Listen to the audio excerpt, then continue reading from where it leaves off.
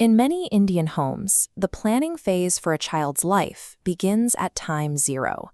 Before they even understand what a future is, a strict timeline is mapped out, moving predictably from early education to higher studies, and eventually to marriage.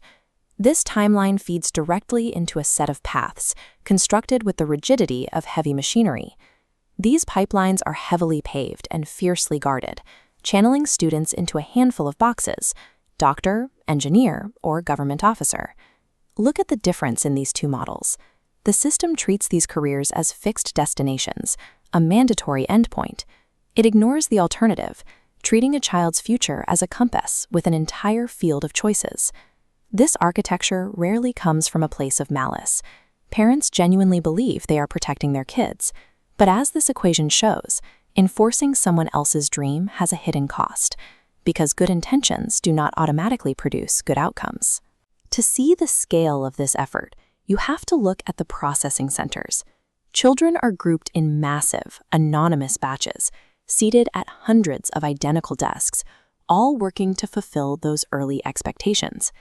When a life is treated as an engineering project to be managed, parental protection can inadvertently become a machine, and that machine traps the student inside someone else's dream. Step down to the classroom level, and you see how this blueprint operates in practice. To keep students on those mandatory paths, the system often strips away curiosity and turns the classroom into a factory floor for fact regurgitation. Education devolves into an intense economic race.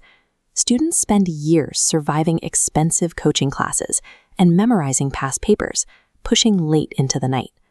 Educators like Sonam Wangchuk argue that this high-stakes system fails to develop the innovators and builders the country actually needs. This grid shows how success is measured.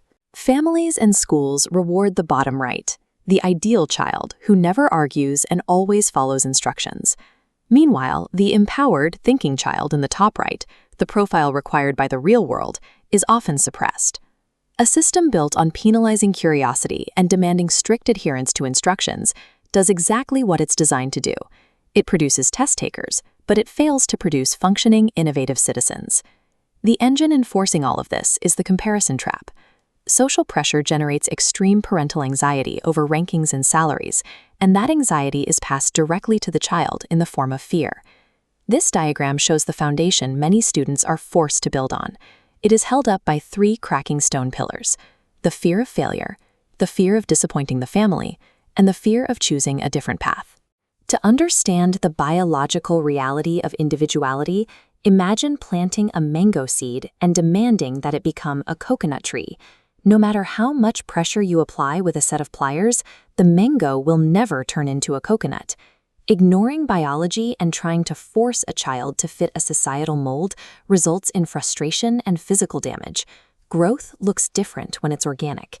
Every child has a unique biological blueprint with different strengths and interests that must be nurtured as they are, not as we want them to be. Applying industrial, fear-based pressure to human development often shatters the individual before they have a chance to bloom. But what about the ones who survive the pressure cooker, the winners who ace the exams and land the highly coveted, socially acceptable jobs? This chart measures two different states of being. While the success on paper bar reaches 100%, the inner fulfillment bar remains fractured and near zero. The trap becomes clear when you plot out the metrics. As this radar chart demonstrates, a high salary alone cannot sustain a human life. Without purpose, health, and character, the result is dangerously unbalanced. Breaking this cycle requires a shift in parenting. The old model relies on control, dictating a destination, comparing to others, and demanding obedience. The alternative is guidance.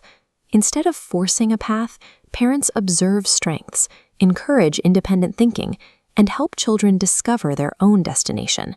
This is the challenge for families. They must stop forcing ready-made dreams onto their children and instead provide the environment for the child's own dreams to take root. A life cannot be engineered on a blueprint.